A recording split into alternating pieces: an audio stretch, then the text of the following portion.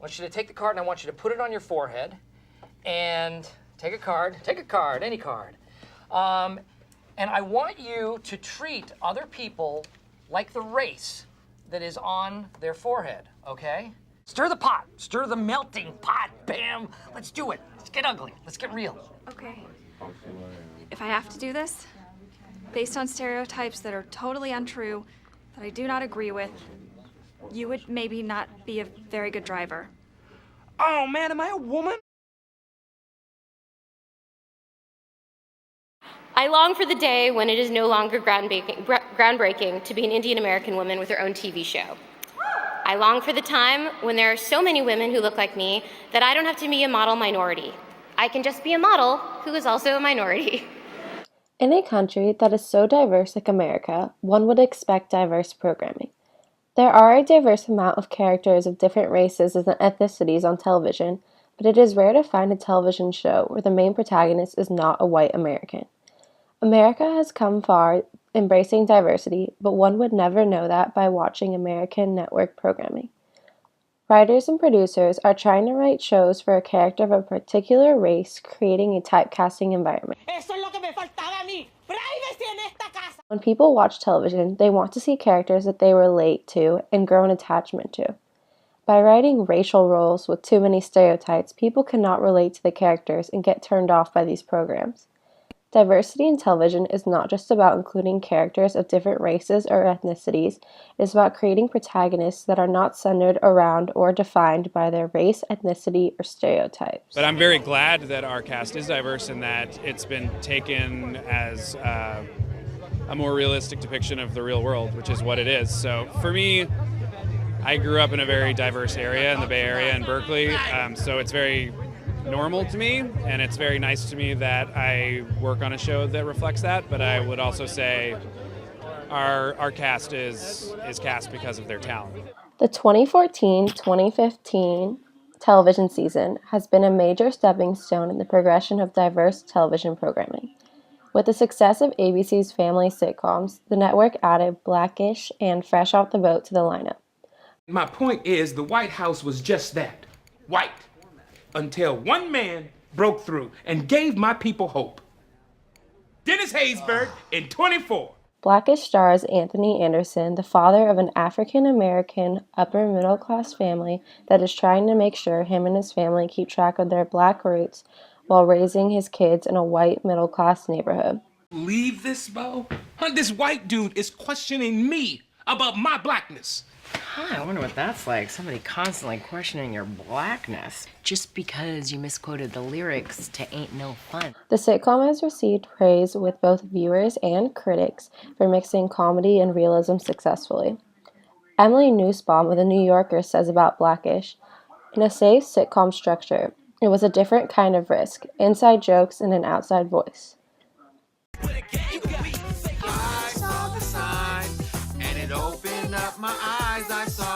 Fresh Off the Boat premiered in the middle of the television season. The show is based off of celebrity chef Eddie Huang's book, Fresh Off the Boat, a memoir. The show is told through a young Eddie's point of view. The show uses the adult voiceover on a child technique. That's me, your boy Eddie Huang. The show stars Margaret Cho's son, Hudson Yang. Ironically, the first and only attempt at an Asian American sitcom was Margaret Cho's All-American Girl, which was canceled after only one season.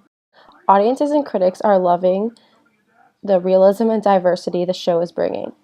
In case you guys didn't know, Fresh Off the Boat already premiered on ABC, so today's video is going to be about specific scenes or themes from that episode that we particularly relate to. Linda, what'd you think about the first episode? No, I really liked it. It was like so relatable. I was like watching myself, basically. Jane and Rafael are about to cross paths again, and the reason why is something straight out of a telenovela. Jane the Virgin is a soap opera that is the American version of a Venezuelan telenovela that premiered on the CW in fall of 2014. The CW is not the biggest network on television, but that hasn't stopped the show from getting praise and viewers. Gina Rodriguez plays Jane, a young Latino-American woman who sticks to her heritage by saving herself until marriage but accidentally gets artificially inseminated. Time magazine during a doctor's appointment, by saying, resulting in a pregnancy. It's culturally specific, and by that I don't just mean it's a show about Latino Americans. It is, and the diversity is welcome on TV, but it also has a very particular feel for things like Catholic culture in the 21st century. Gina Rodriguez praises the show's writers by telling the New York Times, "For once I was reading a script where they weren't talking about my ethnicity. They weren't putting a Puerto Rican flag on my shoulder. They weren't putting a taco in my hand." Gina went on to win the CW its first ever Golden Globe this year by winning Best Actress. The nomination alone was a win for me because it allowed our culture, it allowed Latinos to see themselves in a beautiful light. It allowed them to see themselves where we all desire to be, invited to the same party. So for me, the win meant everything, and it meant a lot more than just me. Empire and How to Get Away with Murder have been this year's hottest shows. Both shows have African American leads. The shows both had the same amount of viewers during their premiere, but Empire won the battle by its season finale. How to Get Away with Murder is another Shonda Rhimes masterpiece that has an African American woman lead, but also has strong characters representing different races, genders, ethnicities, and sexual orientations. Vanity Fair responds to How to Get Away with Murder by saying, "In many ways, it's the boldest, nerviest show on television at the moment, and it's on ABC." What the phasing?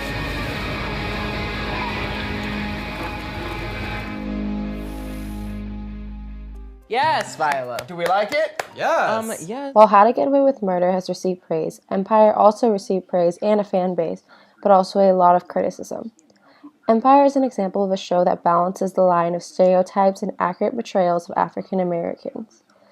The average African American does not murder, steal, deal drugs, or do jail time. The main character, Lucius Lyon, is the stereotypical thug businessman.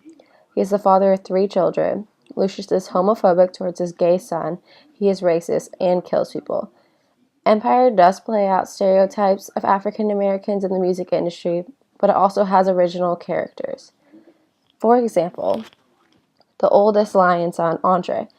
For half of the first season, Andre is the college-educated, clean-cut businessman that is supposed to take over the record company after his father.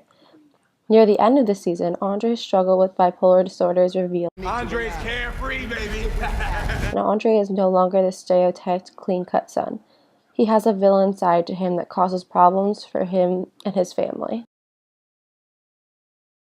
And that's when I get really jealous of the Danny McBrides and the Steve Carells, because when they play a character, you're not like, what are you saying about white men with this portrayal of Michael Scott?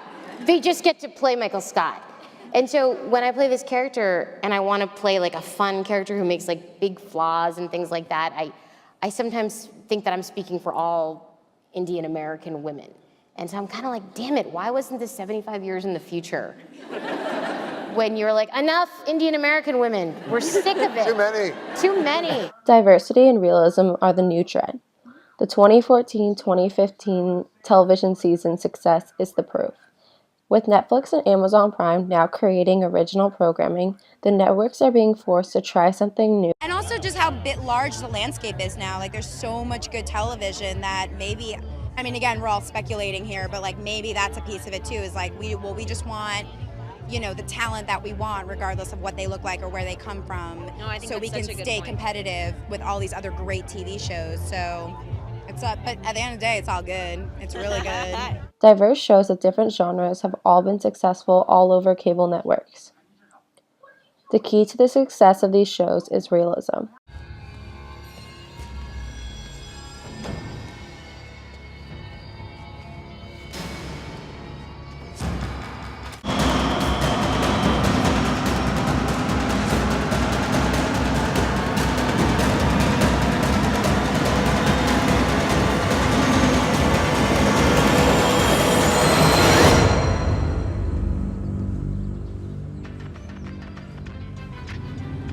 Americans come in all different shapes, colors, and sizes. People want to see characters they relate to and be able to relate to their situations. You talk about fairness and justice like it's available to everybody. It's not. That man standing over his son's body, thinks he knows he's going to end up in one of two places, a jail cell or a drawer in the morgue. And to hell, if I can't look him in the eye and tell him he's wrong, I can't fix this. Writers are starting to write scripts blindly by not creating scripts and roles for one certain race or ethnicity in mind for the roles. Realism and diversity are the cause of the success of shows such as Jane the Virgin and Fresh Off the Boat. Jane the Virgin does not have the stereotypical Latina woman who is loud and starts muttering in Spanish when she is angry. Fresh Off the Boat is based off of real experiences of an Asian American with comedic parts written into it. I miss the Taiwanese markets back in DC. They make me feel so calm.